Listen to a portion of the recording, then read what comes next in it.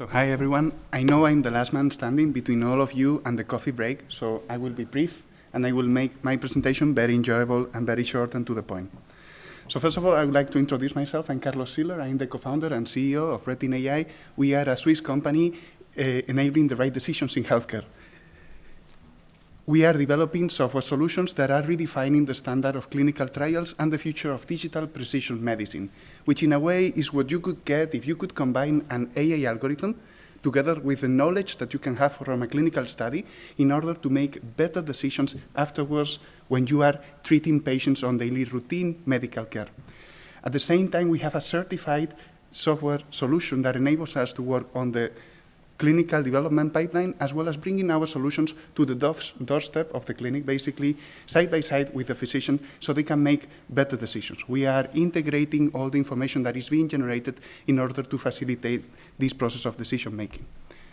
What are the solutions that we are bringing? Overall is data harmonization, and whoever tells you anything different is lying to you. Data harmonization is the most important point that we are solving in healthcare.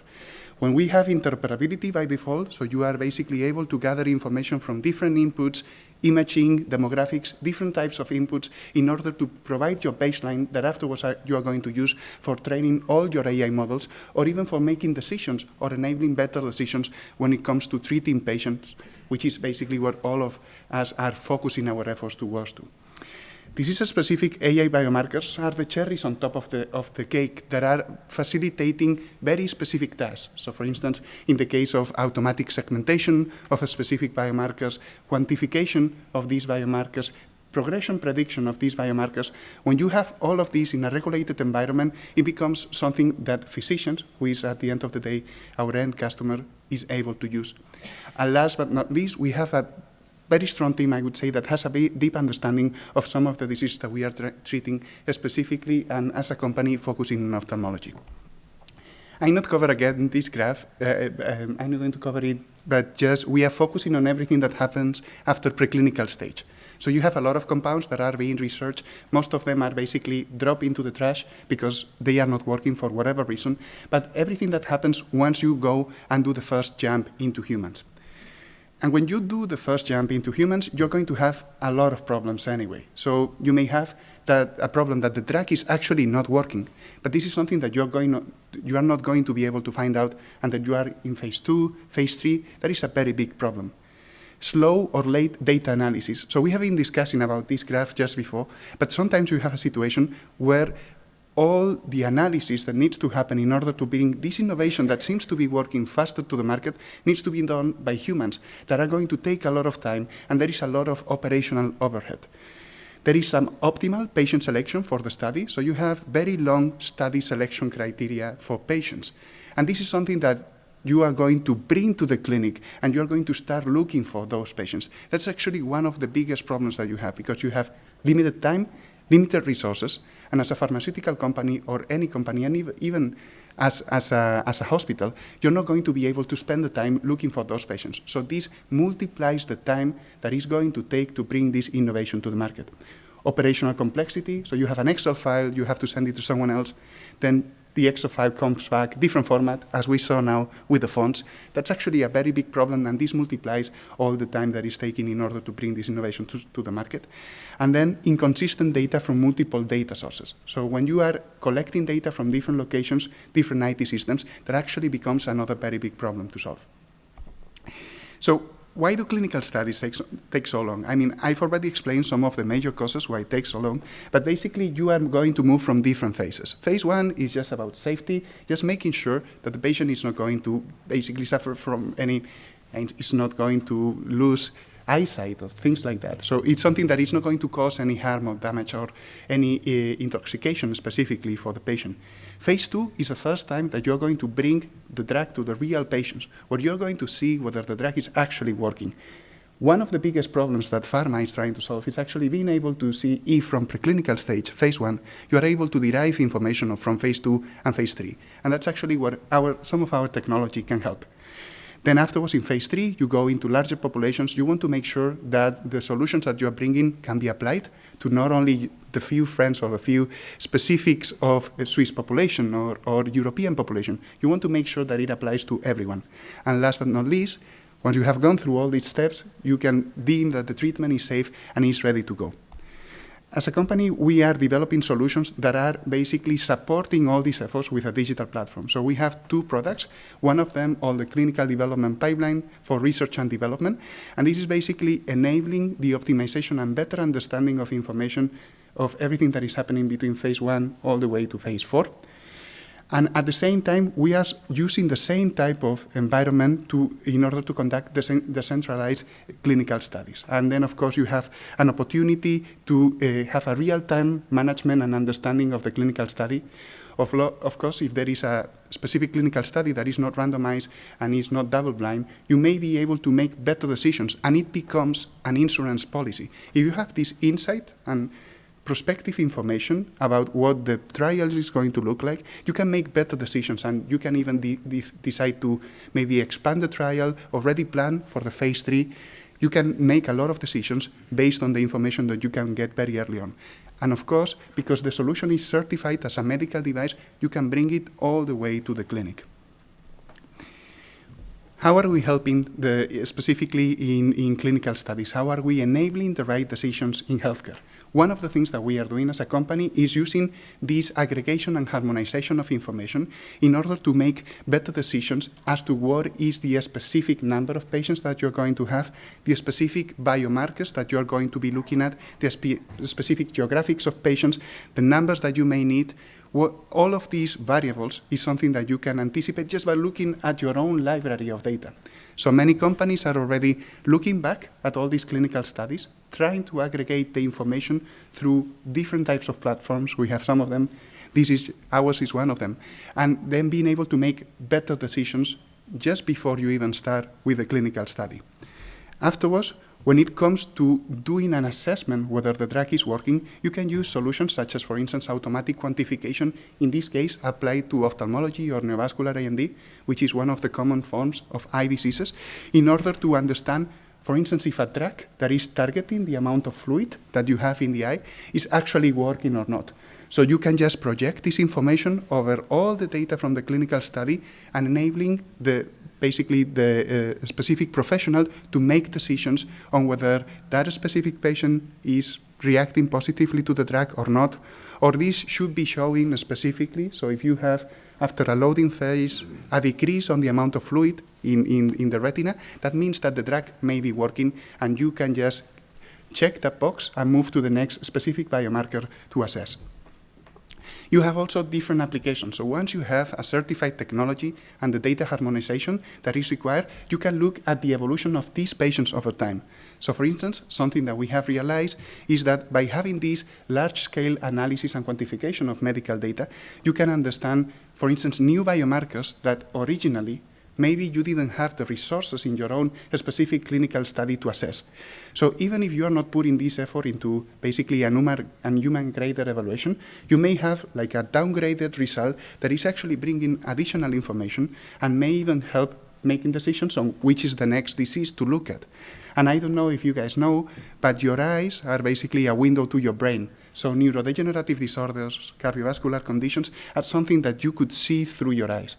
If you, as the organizer of a clinical study, can leverage all these already existing data libraries, use the analytics that you already have, you can make better decisions on how are you going to prepare your next clinical study, how are you going to assess different uses for the drug that you have already in your own pipeline, and overall you can make better decisions on when it comes to moving this program or this product further.